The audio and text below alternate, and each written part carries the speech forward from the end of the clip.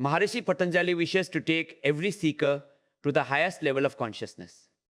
He guides the spiritual seeker beyond the mind. He makes the seeker his own guru. He does not inspire you to walk along well-trodden paths. Rather, he awakens the realization of the guru within you. He connects you with that ultimate guru, God, and Maharishi Patanjali Yoga as one. They express like science. He himself, a Jiva Mukta. And he was a Mahayogi endowed with brilliant wisdom, who had personally experienced all the realizations of yoga. Samprajnata Samadhi, Asamprajnata Samadhi, Savikalpa Samadhi, Nirvikalpa Samadhi, Savichara Samadhi, Nirvichara Samadhi. All the siddhis of yoga, all the vibhutis of yoga, all the fruits of yoga, all the experiences of yoga, he himself was adept in them. And that is why Maharishi Patanjali's yoga, you will continue reading the sutras. You will also find Jnana Yoga in it. In it, you will also find Bhakti Yoga. In it, you will also find Karma Yoga. You will also find Ashtanga Yoga in it. Inside it, you will find knowledge and science of. All proficiency will be obtained. In Maharishi Patanjali's Yoga Sutras, they express yoga as science, like mathematics. Yoga has a definite outcome, just as water turns into steam if you boil it at 60 degrees. Similarly, practice asanas, then pranayama. Follow pratyahara. Meditate. If you also observe yama niyamas, you will obtain a definite result from that. Just like when you do bhujangasana, your back pain goes away. You practice pranayama, your asthma goes away. Your heart's blockages open up, the heart's glands open. You can feel this. You can see this by doing an angiography and getting it checked. You were wearing glasses on your eyes. It's gone. You could measure this. Your thyroid problem will get better. It happened. You can experience this yourself. Your weight, which just before pranayama was kilos before doing it. Did you measure after doing pranayama? In just 1 hour, it was found that 99 kilos became 98 kilos. Yoga has a definite outcome, just as pranayama has a definite. The result is that by doing pranayama, your TLC, DLC blood, your hemoglobin and total blood count become normal. Your entire lipid profile becomes normal. Your entire biochemistry, which was normal, returns to normal. It changes completely. Your entire endocrine system, which was regular, returns to regular functioning, just as pranayama changes your biochemistry. Just as your ailment is reversed through pranayama. Similarly, it is one of the results of Ashtanga Yoga. You follow the yamas and niyamas. Follow truth, follow non-violence, follow celibacy. Now, purity, contentment, austerity. If one practices swadhyaya, self-study, and other such disciplines, what will be its fruit? Until now, we have given more expression to pranayama, one limb of yoga, and its power was so immense that crores, tens of millions of people across the country connected with yoga. Maharishi Patanjali, through the discipline of yoga, starting with Purushartha, human endeavor, name, quality, name, love, flow, the nature of Kaivalya, absolute liberation, establishment, and air power. The manifestations of complete yoga, experiences, actions were compiled into sutras. He stated it very briefly and concisely. In the beginning of creation, and even 5 to 10,000 years before today, man's level of consciousness was very high. He used to understand things concisely. His IQ level used to be very high. But today, even after explaining it, he cannot understand yoga that much. Maharishi Patanjali first.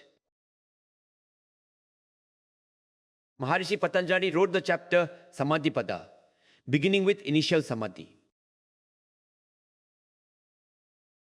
And within it, 51 sutras were written. After that, Sadhana Pada was written with its 55 sutras. Then, Vibhuti Pada, which details the various divine powers, siddhis, and spiritual accomplishments, vibhutis, attained through yoga. 55 sutras were written. And then, Kaivalya Pada was codified into 34 sutras. In the Sadhana Pada, Maharishi Patanjali has 28 sutras.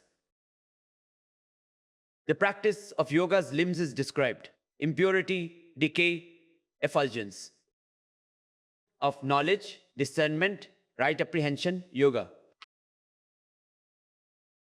Through the practice of the limbs, there is an effulgence of knowledge. Impurity is destroyed. Upon the destruction of impurity, the effulgence of knowledge arises. What is indiscrimination? Until complete discernment is established. Until firm establishment in complete discernment occurs. Until the practitioner completely attains Buddhahood. Or Sambodhi enlightenment, until then, the accumulated impurities of his consciousness, which have gathered from the senses of his mind over countless births and rebirths, keep diminishing. Then they ask, what is yoga? So the third sutra is Yama, Niyama, Asana, Pranayama, Pratyahara, Dharana, Dhyana, Samadhi. These are the 8 limbs of Ashtanga Yoga: Yama, Niyama, Asana, Pranayama, Pratyahara, Dharana, Dhyana, Samadhi. Then they say non-violence, truth, Asteya, Brahmacharya, Aparigraha. Yama. Ahimsa, Satya, Asteya, Brahmacharya, Aparigraha. These are the 5 yamas. Then in the third sutra, it explains class, place, time, circumstances, and signs. Class, place, time, circumstances, unbroken, universal great vow. Ahimsa, Satya, Asteya, Brahmacharya, Aparigraha. These were called universal great vows, Mahavratas, Maharishi Patanjali and Jati. Jati implies non-violence, truthfulness, non-stealing. These are all forms of non-violence towards all. Not harming humans or any specific being. I will not commit violence against cows because I am a Hindu. I follow a particular religion. Therefore, I will not kill the creature that religion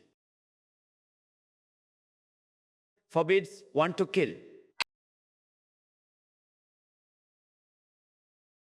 But the other Kumars do not say so.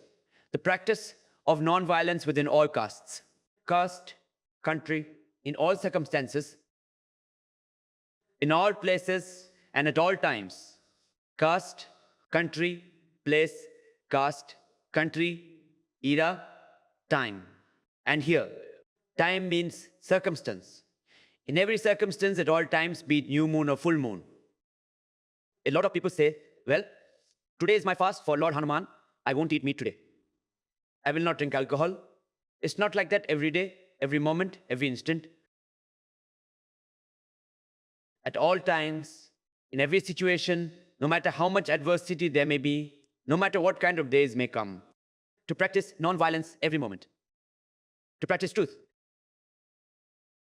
to practice non-stealing, to practice chastity, to practice non-possessiveness, caste, place, time, occasion, uninterrupted. Universal in all conditions, a Mahavrata is a Mahavrata. Then it was said, thought, contentment, austerity, self-study, surrender to God, observances, purity, contentment, austerity, self-study, and surrender to God. These are the observances, niyamas. Then further it is said, disturbing thoughts, debate, cultivating the opposite thought. The third sutra, disturbing thoughts, debate, opposite thought, cultivation. When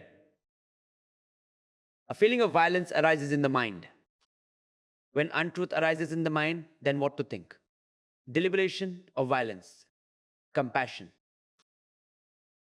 Done, caused to be done, approved, greed, anger. With delusion, mild, medium, degree. Extreme suffering, antidote, contemplation. When even a little bit of violence in the mind. When thoughts arise, what is there to ponder? I am not to commit violence, I will not perform such an act. Non-violence, truthfulness, non-stealing, celibacy, non-possessiveness. These are the 5 yamas, and purity, contentment, austerity, self-study, surrender to God. These are the 5 niyamas. Yamas are related to it is related to our internal, spiritual, familial, and social life. Whereas the rules concern our individual life. Maharishi Patanjali is saying that you should observe the yamas and niyamas in such a way. Do not commit acts, meaning do not commit violence against anyone. Do not do it yourself, nor cause it to be done by others. In the same way, just like violence, untruth, stealing, non-celibacy, possessiveness, etc., should be understood. Thus, that which is universal, uninterrupted by class, place, time, or circumstance, is called Mahavrata, the great vow. Observe all these yamas and niyamas in such a way that not even 1% of these impurities contaminate your consciousness. May it not be within the inner act of violence. Now, do not commit violence yourself.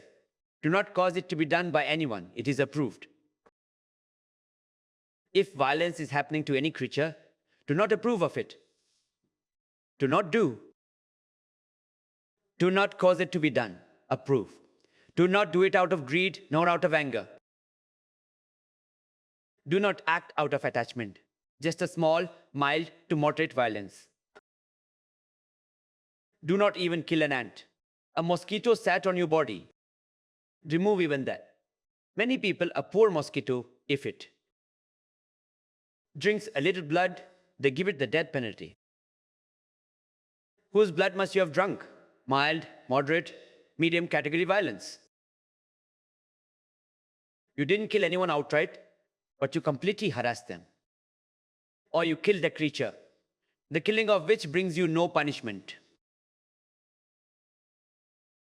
Mild or medium degree. Or perhaps you even murdered a human. Mild, medium degree. Suffering, ignorance spread infinitely. The thought that one will get suffering from these, by this, I will journey into dark realms. If I committed violence against someone, then I will receive its suffering, and I will sink into deep contemplation and infinite consequences.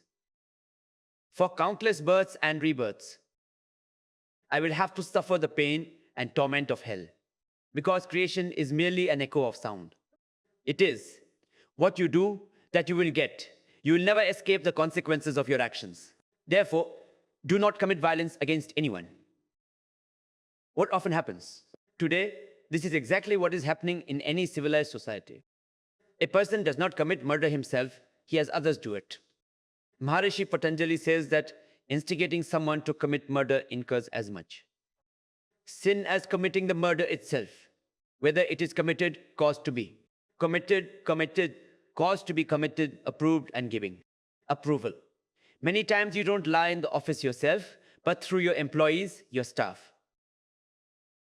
Lying oneself, making others lie, and not opposing someone who is lying. Approve that. That's why we repeatedly say that. Just as committing a sin is a crime, tolerating that sin is equally a crime. Done. Caused, approved, nectar. Out of greed, a person commits violence. Because of greed, one tells lies. In anger, a person commits violence. In anger, a person tells a lie. Violence is being committed due to greed, anger, attachment, and ignorance. When you walk on the ground, walk carefully. Who knows how many creatures come under your feet and they harm? It gets done. You drink water, whatever you sweep in the house, whatever action you perform, do it consciously. No living being should, because of you, suffer. Do not do, nor cause to be done, nor approve. Do not act out of greed, no matter how great the temptation. Do not lie, no matter how great the temptation. Do not kill any living being. These slaughterhouses that operate, who brutally murder innocent creatures, send mute creatures to their death. Murderers, merciless demons, who murder innocent creatures.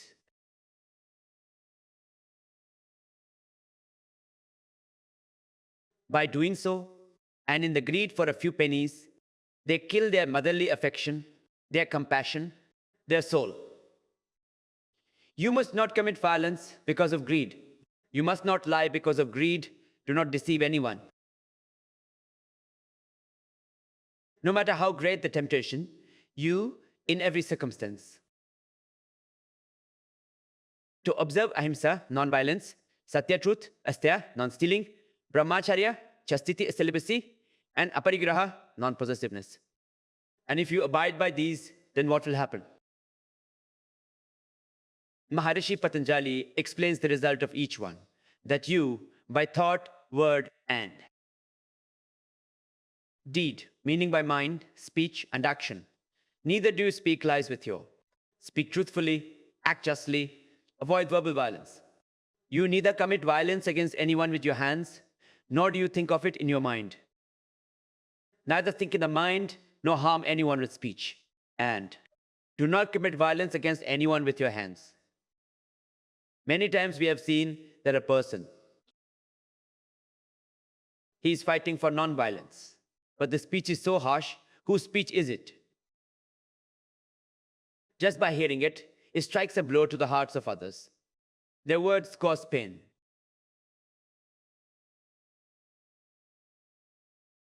There is so much rage, they are so angry.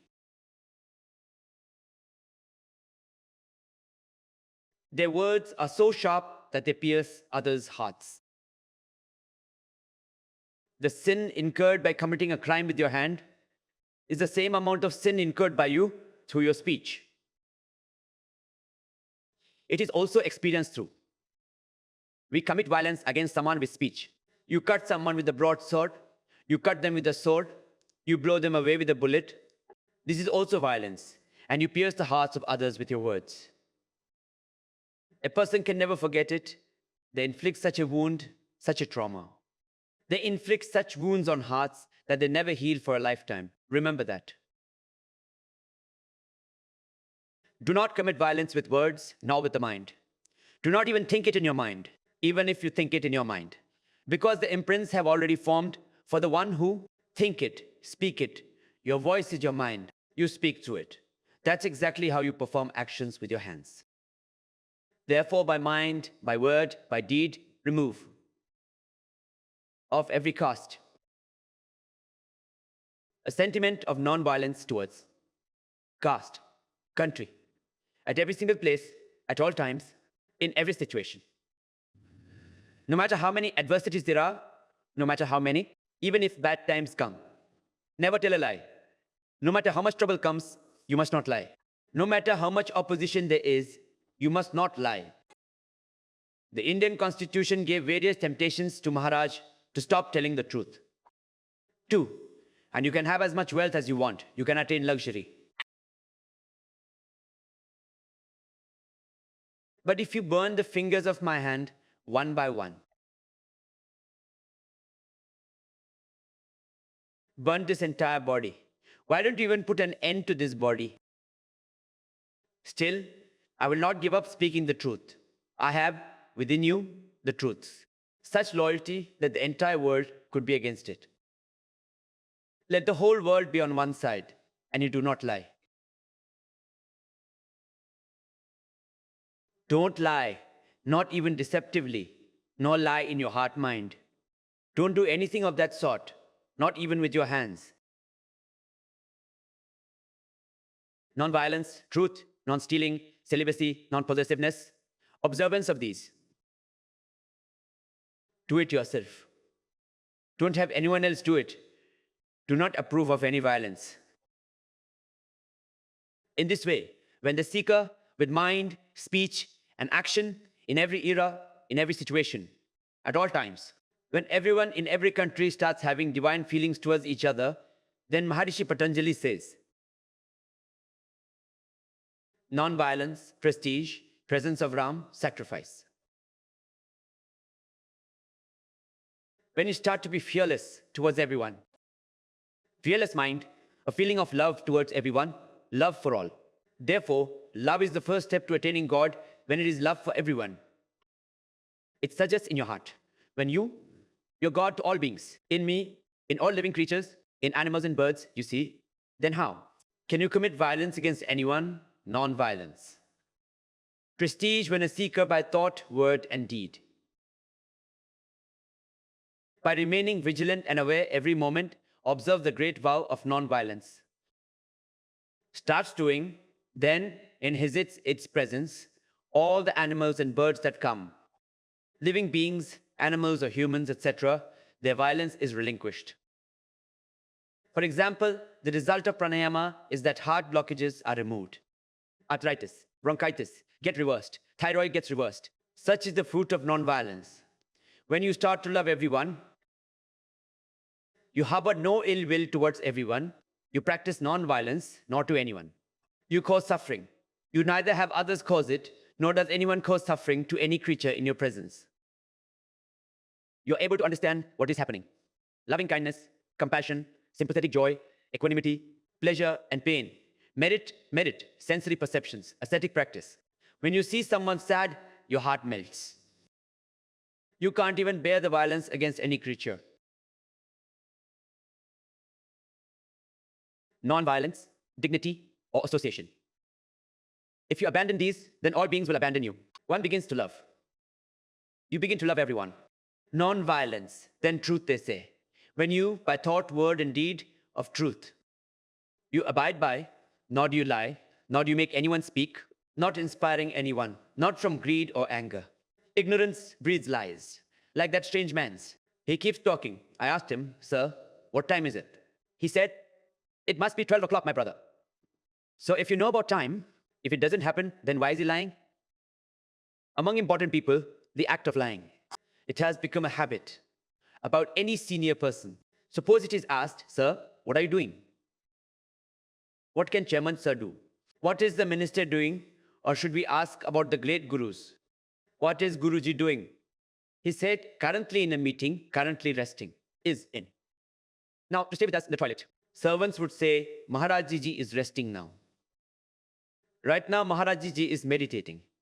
Right now, Maharaji ji is having a meeting. I said, "Stop lying. Say what I'm doing." I'm relaxing. Say I'm relaxing. I'm actually in the bathroom. So, you think I'm meeting someone in the bathroom? Then say that in meetings, we keep telling useless lies and keep making others tell them. They keep approving. A lie is being told right in front of us.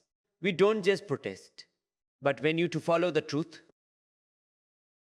how you come across, that has a very big reward. It's very difficult work. It is also very simple. Just remain straightforward. To speak the truth, to think something doesn't even fall. Truth then, cremation ground, this earth on truth. Rests. The world rests on truth. All conduct rests on truth. Husband towards wife, son towards father. If a father only trusts his son, then that trust is based on truth. The day truth disappears, all relationships will break. On that day, the entire empire will collapse. Therefore, never abandon the truth. Therefore, it is said in our scriptures, truth alone triumphs. Amritam. As for us, it is recorded in all government works. It is written on all papers. It is also written on the Ashoka Chakra. Truth alone triumphs. Amritam, but lies are very powerful. It has happened. Lies are being supported. Lies are being told. A lie is being made to be told. A lie is being told due to greed. Lies are being told in anger. Man keeps telling lies in ignorance. Truth alone triumphs. Nandita. But victory belongs to truth. This is certain. And Maharishi Patanjali, who explains the benefit of truth, you just try it once. On that day, you follow the truth.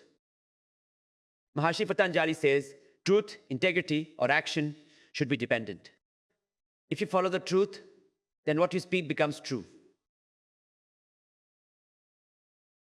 Truly, there is so much power in business, in relationships, in family. What you say comes true. Try adhering to the truth for once. The world will believe in you. The world will be crazy about you. Just try speaking the truth for once. At your one word, you're one. Hundreds of millions, even billions of people will stand up at a word. Truly, there is immense power. If recognized through the power of truth, then behold truth. Prestige, dimension, action, shelter. Whatever you say will happen. You must hear such proverbs.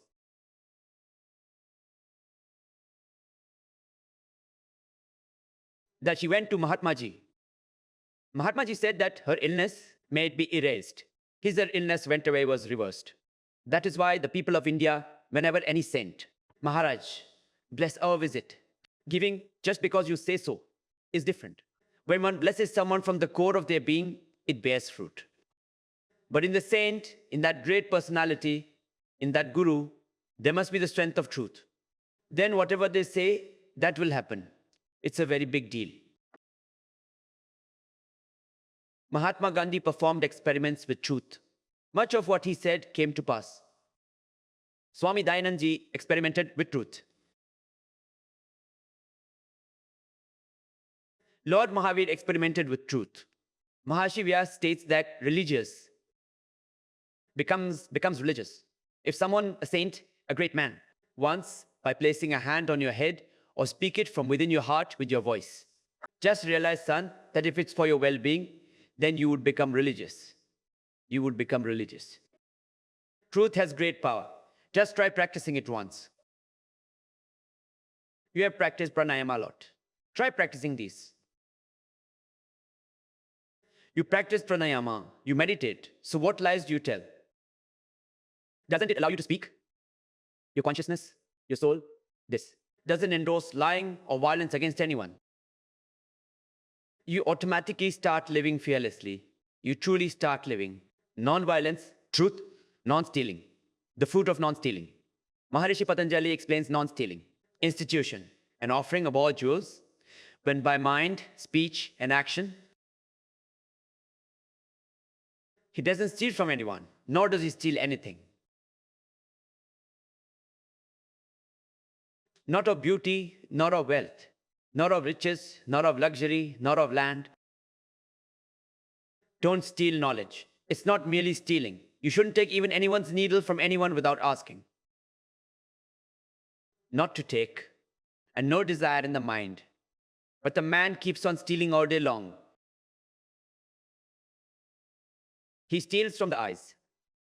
Saw a beautiful form, saw a beautiful car, saw beautiful youth, saw a beautiful fruit, saw a beautiful bungalow. They said, this should be mine. It was stolen. Theft happens through eyes, theft through hands. Theft also happens from the mind. Just sitting idly, one imagines sweet thoughts lit. Lattice of the mind. Eating with the mind, with the eyes, with any sense.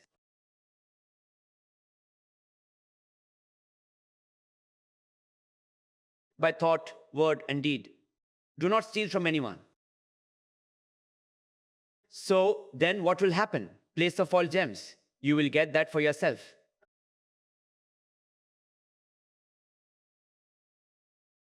More than what you need. Maharishi Patanjali's point. This is something you will completely practice Astya. Then you will feel it. When we practice Ashtya, all the presences of the entire earth's all the jewels of the world present themselves at your feet. Celibacy, vital energy semen retention explained. By thought, word, and deed. When you live a life of self-control and virtue, when you start living, there is benefit of semen. Within you, immense strength, power, valor, energy, and courage emerge. Vigor, radiance, and a glow appear. Light and loveliness appear. So much immensity goes within you. In the body too, in the mind too. So that then you, by becoming a warrior, life, you live, you remain undefeated. Brahmacharya, prestige. Semen retention involves 8 types of sexual acts. Avoid them, remain vigilant every moment. Let no lust arise even in the mind, nor speak that which is lustful. And not to be attached to lust even through the senses. Some people mentally harbor lust, mentally indulge in it. They just kept living in that state. Some find fulfillment just through words. Some find lust beautiful just by looking with their eyes. They become satisfied by seeing forms, etc. These are all various forms of lusts. You understand very well. Brahmacharya is semen retention or seminal gain. When your mind detaches from all these, then seminal gain will be in your body. Immensity will come. Beauty will come within you. It will be. Look, there is an endocrine secretion for our body's energy, and there is a secretion. Energy occurs in two ways. When energy flows inwards, then good hormones are released from it. It gives a radiant glow to your face. Radiance. Knowledge up. Your level of consciousness increases. Your power is enhanced. Your vigor increases. Therefore, we say Kapalbhati Pranayama. Through this, you become vigorous and radiant. The essence of Brahmacharya is the benefit of semen. You drain your energy outwards. Through that, into sensual indulgences and lusts. Your confidence weakens. The body becomes decrepit. That vigor and brilliance diminishes. Your death happens early. The establishment of celibacy is the gain of semen. Then it is said, non-possessiveness, steadfastness, life story, enlightenment, by practicing non-possessiveness. What you were in your previous life, you come to know. Parigraha refers to continuously gathering things from all around. And aparigraha refers to whatever God gave you for your body.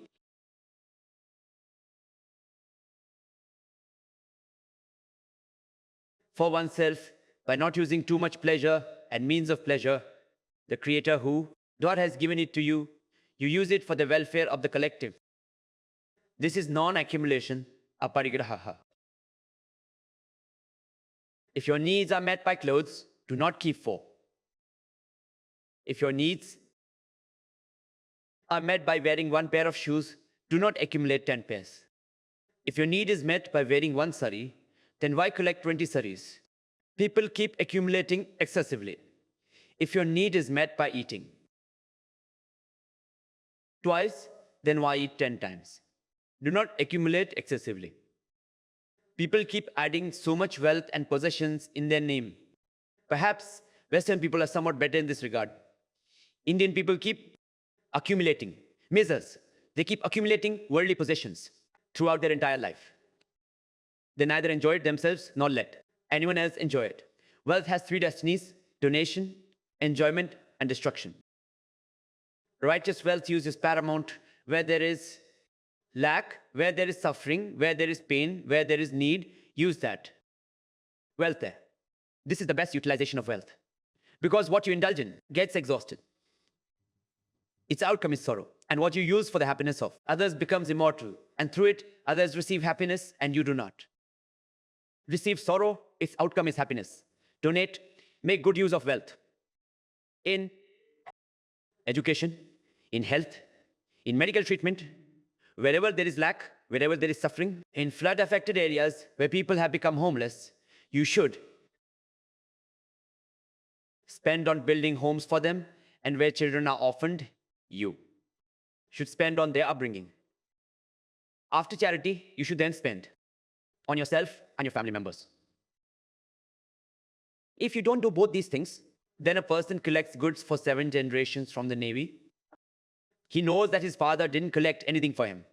But he says, I will collect for my 7 generations. Follow non-possessiveness then. The mysteries of life will be revealed to you. What were you in your previous life? What will be in this birth? And what will you be in the next birth? Automatically enters your mind and into your soul. Try doing this once. Then Maharishi Patanjali explains the fruit of the niyamas observances by stating their results.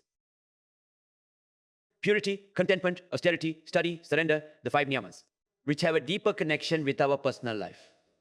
So what does Maharishi Patanjali say?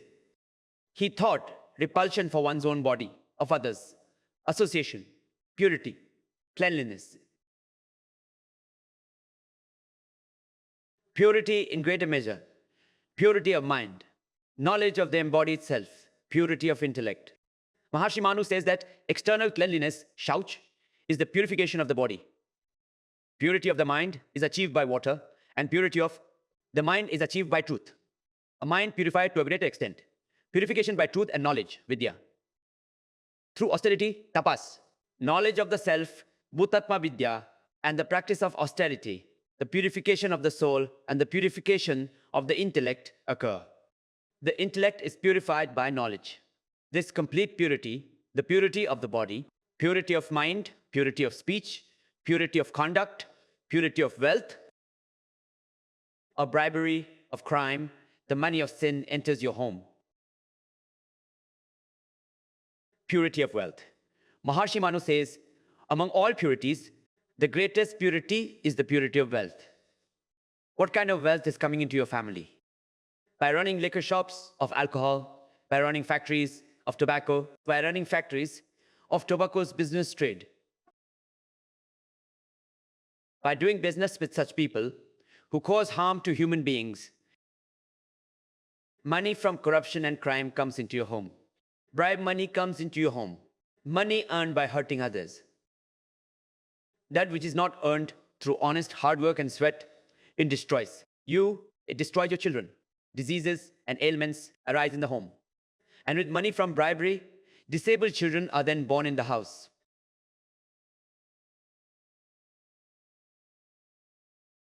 They fall victim to untimely death. Your family members' generations destroyed. Crime money in new homes. Money from sin, money from alcohol, money from tobacco, money from bribery. Along with them, their lineage does not continue beyond a generation. Families themselves do not continue. It gets destroyed. Purity, purity of the body, of the mind, of the conduct of speech, of meaning. If there is purity of wealth, then what will happen? Maharishi Patanjali is saying, consider the pretense. Aversion to others, contact. By having purity of the body. You bathe the body from morning till evening, you keep cleaning it. But what comes out of the entire body? Place, seed, conclusion, detachment, night, death, permanence, purity, destruction, purity, look at the body. This body, the seed from which it is born, that is in foul odor. The place in which it is born, in the mother's womb, that thought, and it remains filled with foul smell. Even when it is born, you see it. A membrane of excrement is attached all around. Undoubtedly, when the body comes to an end, then it rots so much that within a few hours, afterwards, it starts to emit a foul odor, and it has to be cleaned every moment. From morning till evening, one has to bathe twice. Even after that, foul odor from smelly mouth, nose, ears. Every pore reeks. Foul odor from body, yet so attached. Gets attached. And to what does it become infatuated? It puts its mouth to the mouth from which a foul odor comes. On the skin where sweat keeps coming, from which a lot of foul odor keeps emanating, it keeps engaging. With that very thing, says, I'm becoming happy, I'm taking pleasure. Man loves the place of excrement and urine. Life passed by indulging in pleasures. Craving kept on increasing. Craving to live. To live is to indulge. The enjoyer and the consumer. The hermitage burns in austerity. By time, or he would have died. To live in craving. We grow old. But the craving for creation didn't cease. Nor did the craving of the eyes. In the craving for words, the craving of the ears did not cease. The craving for lust ceased, which kept growing old. Craving kept increasing, kept becoming stronger. Just like putting ghee into fire, and it starts to blaze even more. So is man. The more lust becomes intense, the more. And his desires keep wandering. Therefore, do not burn yourself in the fire of worldly pleasures. Now turn away. Now, purified in the fire of yoga, neither disease for him, nor old age, nor death, for the body attained to the fire of yoga. Great sage Patanjali says, when you maintain caution and awareness every moment, love others, love from the soul, there will be eternity in your love, in your affection. Lust, however, is the murder of love. A mother loves her son. It contains lust. It was thought a charade, disgust arises from contact. You will feel that the body is filled with feces and urine. Love with your soul, with the supreme soul. If you want to love, love with a sense of detachment. Love being free from lust. This is its fruit. The unsurpassed contentment of purity. The gain of happiness. Complete satisfaction is obtained from contentment.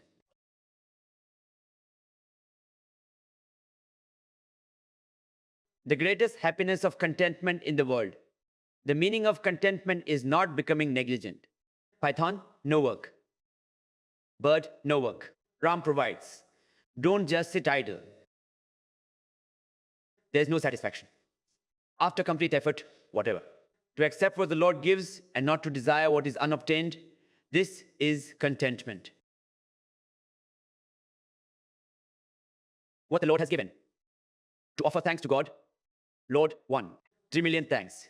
You gave life, you gave birth. You gave this. World full of all joys, you gave family. Lord, you did not. Give more than whatever capacity, capability, or eligibility I had. No contentment. A contented person is always happy. And after all, where does the mind's craving ever truly end? The more one gets, the less it feels like. A person remains unhappy their whole life. This is that boundless joy where contentment is the ultimate happiness and unsurpassed gain, unlike sensual pleasures. In this world, this divine great happiness is the happiness of contentment. Narada and Kal Maharishi Vyas say that contentment offers such pure bliss, sensual pleasure, desires fulfilled. These are meaningless compared to it. Futility. Contentment is the means, the gain of. Supreme happiness is the reward of contentment. Then, Maharishi Patanjali explains the reward of all these.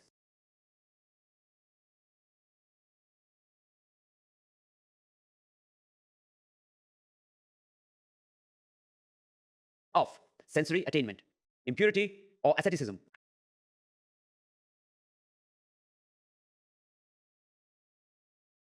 Indriya Siddhi mastery over the senses gives you control over your body and your endure austerity, cold, heat, hunger, thirst. Honor, dishonor, pleasure, pain. They can't touch you, Tapodan. Rich in austerity, self-control, the meaning of tapasya is to endure qualities. Such endurance, your comes inside. Purity, contentment, austerity, tapas, self-study, swadhya. The meaning of tapas. It is not about enduring heat in summer or rain. As we believe that the meaning of tapas is, it has become. Fires have been lit all around. In the middle of it, the Baba ascetic is performing penance, ignoble austerity. Endure heat, cold. Rain or shine, stay calm. Endurance is strength. Enduring dualities, honor and dishonor, victory and defeat. Remaining equanimous amidst everything.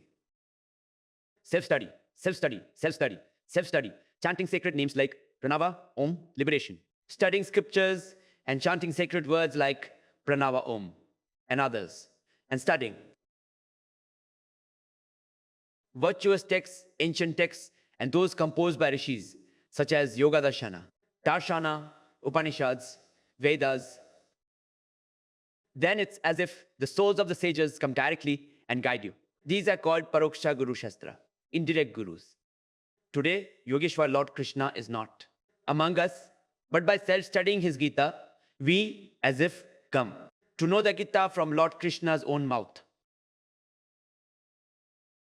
Self-study, Ishtadevata, Samparag, when you chant Pranava and other sacred words and study the teachings of indirect gurus, read the texts composed by universal sages, then what happens from that? The Ishtadevata practice, through which you attain a vision of your chosen deity.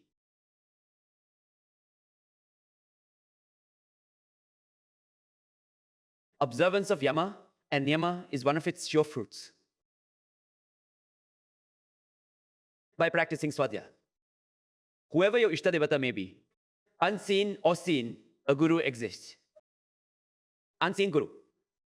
You can make Yogeshwar Lord Shri Krishna, Maharishi Swami Dayanand, Swami Vivekananda, Maharishi, Patanjali your gurus. Your unseen gurus will come and guide you. Men of wisdom will come, liberated souls. They will come, they will guide you. Self-study, chosen deity. Practice.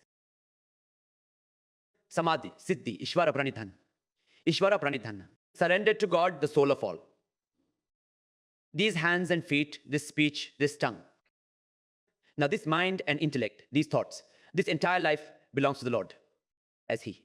Whether one undertakes action with this, these steps will proceed wherever the Lord directs. These hands will perform those deeds and creations that my God inspires from within. That's why when you go to do some work, sometimes a voice comes from within. Fear arises, sometimes doubt and shame come. If something should not, if hesitant, don't. God disapproves inward reluctance and do the work that brings joy, enthusiasm, and fearlessness.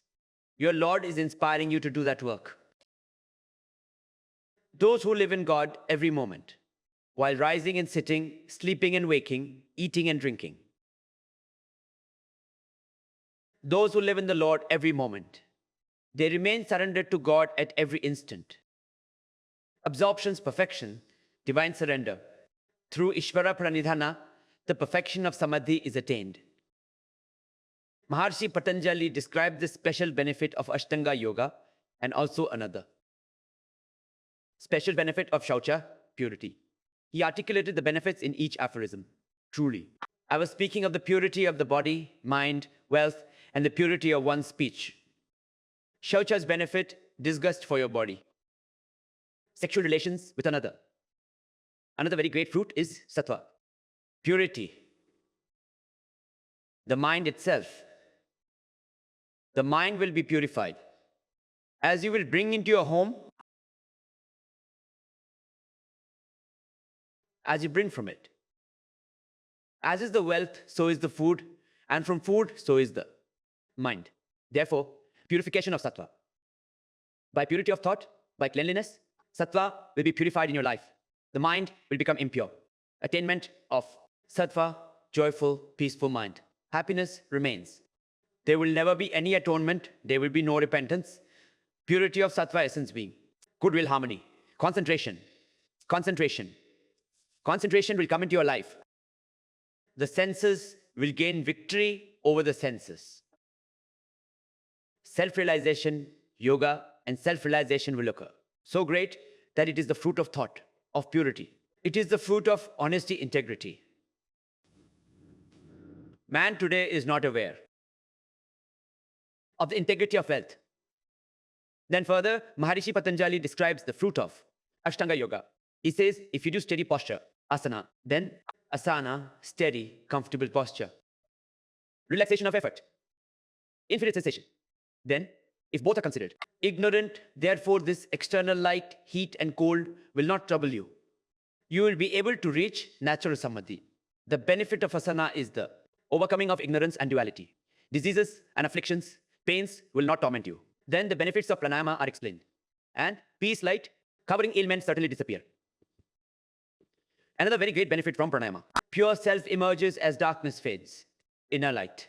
Radiance is indeed only light. The soul, the supreme soul, everything is within you. And damage, light covering, concentration. The mind is the capability. When the mind becomes focused in dharana, then the benefits of pratyahara are explained. The yogi's chitta mind stuff, following its true nature, is pratyahara. The senses, instead of going into their own objects, becoming one with the mind. Pratyahara was stated as its result of pratyahara then. It was the ultimate subject and the paramount necessity. Through that, your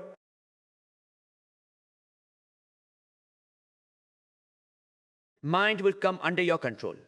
The senses will merge into the mind, and then the mind will come under your authority. Then what to do with that mind? Dharana, concentrate chitta on a single point or place. Focus the mind.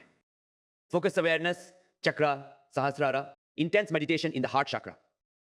There, of that Virat, of that Brahma, to invoke the Omkar and the present formless state of Samadhi. Samadhi. Then after this, siddhis begin to manifest. After this much, after Ashtanga Yoga, siddhis began. Then this dharana, dhyana and samadhi, this is called antarang. Yoga and bahiram. Yoga is complete. Yama, Niyama, Asana, Pranayama, Pratyahara. Love. Antarang the prayer enabler. Then what to do? Applying dharana, dhyana, samadhi at one place. Dharana right here, dhyana right, samadhi here.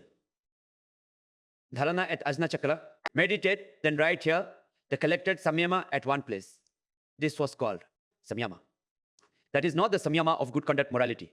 Here, samyama means dharana, meditation, chakra, sahasrara, throat or tip of the nose, in the heart, at any one of these places, in the crown of the head, in the throat pit, to perform samyama anywhere. They call this samyama. So what will happen from this? Then, through the mastery of this samyama, the light of wisdom, prajna loka, manifests. When this long practice of your dhyana and samadhi is complete, they say that from this, the light of wisdom, prajna, loka will be attained. Then, to the mastery of this illuminated wisdom, prajna alok, bhumi, vinyoga application to different levels, stages, to use it in various ways. Then, you can use it for reversing diseases, to use it for achieving various kinds of samadhi, or to use it for acquiring siddhis. Siddhis. So what are the siddhis of yoga? Greetings. Samyama on the three transformations. Past, the unmanifested. Knowledge, past and future. By you exercising self-control in the outcomes of the three, you can know. Siddhis are very important. Today, we are briefly mentioning them a little. By exercising discipline over the realization of samskaras, previous birth and samskaras, what you were in the past, you will become aware of that previous birth. In the conviction, familiar, innate knowledge, by practicing samyama, knowledge of another's mind will be attained. What is going on in whose mind at this moment? Navel chakra. Awakening through meditation leads to attainment. Knowledge of the glory of the entire body. The complete science of the body, its secrets, they will open for you. In Kapalbhati, in the Navel chakra. We facilitate meditation. We facilitate meditation in the Muladhara, Svadhisthana chakra. Meditation on the Navel chakra too, you will become proficient in the entire body science. The navel chakra will. Thirst ends. Vishuddhi chakra. If you meditate in the hollow of the throat, then hunger and thirst, you will gain control over them. Kurma nadi, tortoise, vital air is here. Samyama practice, dharana, dhyana on it. And achieving samadhi, immense stability will arise within you.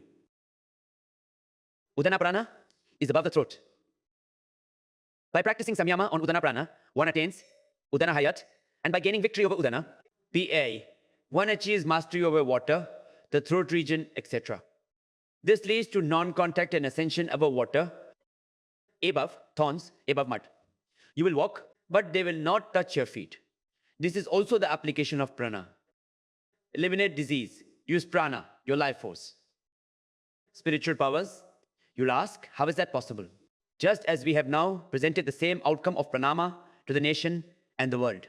It was stated that diseases are eliminated. That's when the eyes of the entire world focused on yoga, and this chapter of yoga has been special. In Vibhuti Pada, among the siddhis of yoga, if Udana is mastered, then one gains command over water, mud, thorns, and the ability to levitate, transcend, walk on water, won't sink. Walk on thorns, they won't touch you. Walk on mud, but it will not stick to your feet. This is also a siddhi. Upon mastery of samana prana, such intense brilliance, effulgence will manifest in your body like a great flame. Upon being awakened, that all ailments will be reduced to ashes and you will attain samadhi. And your body will be purified just as pure gold kundan is. You will shine similarly. Your body will become like a diamond. This is precisely why we perform pranayama, practicing the discipline of prana, vital energy. By samyama on the sun, knowledge of the worlds is attained. If you practice samyama on the sun, then knowledge of the entire cosmos will be yours. Practice samyama on the moon to know the arrangement and origin of stars. The practice dharana, dhyana, and samadhi. You will know the entire stellar arrangement. Knowledge of the constellations will be yours. This is the pillar of power of samyama on the form of the body. Eye effort, uneven practice, disappearance, you will also disappear. You should vanish. Travel in the sky. Recognize the voices of other creatures. There are many kinds of siddhis in yoga. Maharishi Patanjali says one word, pro badva sarvam. When the divine light manifests within you in dharana, dhyana, samadhi, your intellectual power, power of wisdom awakens. Ritambhara prajna is attained. Then you will understand. What you desire, that you will attain. Yoga is indeed like the Kalpavriksha. Preti Bhardwaj Sarvam. There are many other siddhis, spiritual powers. And describing all the siddhis, Maharishi Patanjali says in the 33rd Sutra, Priti Bharadwaj Sarvam, when you practice dharana, dhyana, and samadhi. After pranayama, on the breaths, while meditating on pranava, then an aura, a light, a brilliance manifests. The eye of third knowledge opens. Preti Bhardwaj Sarvam. Then whatever you desire will come to be. If you use power to eradicate diseases, then diseases will be eradicated.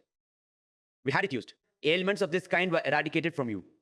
If you wish to attain siddhis, there is also a very simple and easy method for that. You will just have to practice. You have to walk on your own 2 feet. I was saying that Maharishi Patanjali does not make you rely on crutches. He makes you self-reliant. And says, look, do not get entangled in these situations. It is true then that siddhis themselves appear like miracles. So they say, siddhis are obstacles. Siddhi gained, like reaching samadhi, feeling accomplished. Some movement is happening, otherwise he would get disappointed. Then they call it samadhi. In prefix samadhi, this is merely an obstacle. Nirvikalpa samadhi, water. Nirbija samadhi, water. If Kaivalya is to be attained, then in it, just an obstacle, progress continues. Till that, all right, progress is happening. One should move forward in spiritual practice. Otherwise, then what? Loosening of bonds, propagation, sensation, beyond thought, from the body, desire parakaya pravesh siddhi, entering another's body. I want to achieve the siddhi of disappearance. I want to attain the siddhi of aerial locomotion. If your mind remains engrossed in all these siddhis, when will you achieve samadhi? Maharishi Patanjali also.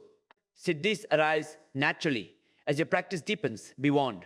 They will come by themselves without any effort. But you keep avoiding them. Ignore them. Keep moving forward. You have to reach very far. Only then is there detachment. Only then Kaivalya. But you still have to eradicate all impurities. Then Kaivalya will be attained. Otherwise, local, sublocal, sub-control, association, grammar, again undesirable. Context. Maharishi Patanjali is saying that people will start calling you, inviting you everywhere. From that, you will start to refuse. You will develop. Pride creates attachment in spiritual pursuits. More harm, negative results, bad outcome. Back where you started. Patanjali explains all the siddhis, supernatural powers, says regarding the Satpurush, righteous person, purity, equanimity, and Kaivalya liberation, be a Satpurush in purity. If you wish to attain Kaivalya, do not get too entangled even in the siddhis. If you speak the truth, you will gain siddhi, but you must not misuse it. If you practice dharana, concentration, meditation and contemplation, achieve prajna, a look light of wisdom. You will use it in many places and gain various kinds of power from it. But you must not misuse it. Make good use. Practice sattvic spiritual discipline. Do not practice rajasic and tamasic spiritual discipline. Maharishi Patanjali's spiritual practice is entirely sattvic. Maharishi Patanjali, after Samadhi Pada, explains Sadhana Pada, and later in this very. Vibhuti Pada describes all the processes of yoga, stating that when you practice yoga, practice brings powers. Reach Kaivalya, going beyond this. Therefore, we lead you towards Kaivalya. We take you beyond the mind. Yoga is the cessation of the modifications of the mind. Unlock your mind. We lead you to the door of the Lord. Come, let's return to the home of our Lord. Practice Ashtanga Yoga. Daily pranayama, pratyahara, practice dharana, dhyana, samadhi. Observe yama and niyama. Sitting in the morning and evening, self-reflecting. Have I committed violence against anyone throughout the day? Have I caused pain to anyone? With my words or my behavior? Have I told a lie anywhere? Has attraction towards anyone arisen in my mind anywhere? Non-violence, truth, non-stealing, celibacy, non-possessiveness, yam ethical restraints, purity, contentment, austerity, self-study, surrender to God, following the yamas and niyamas through Ashtanga Yoga, through dharana, concentration, dhyana, meditation, and samadhi. Impossible becomes possible in a super-conscious life. Mysteries will be revealed. You will know yourself. You will recognize yourself. You will know that cosmic being within yourself. This is the greatest achievement. This is the greatest accomplishment of yoga. This is the greatest divine manifestation. Know yourself, find Brahman within. The cosmic form dwells there eternally. O friend, O father of many births, go and unite with that compassionate, affectionate, radiant mother. From there, all your ties will be severed. The bond of birth and death will also diminish, and you will feel what was to be attained has been attained. This experience of complete satisfaction will be possible for you through the practice of Ashtanga Yoga.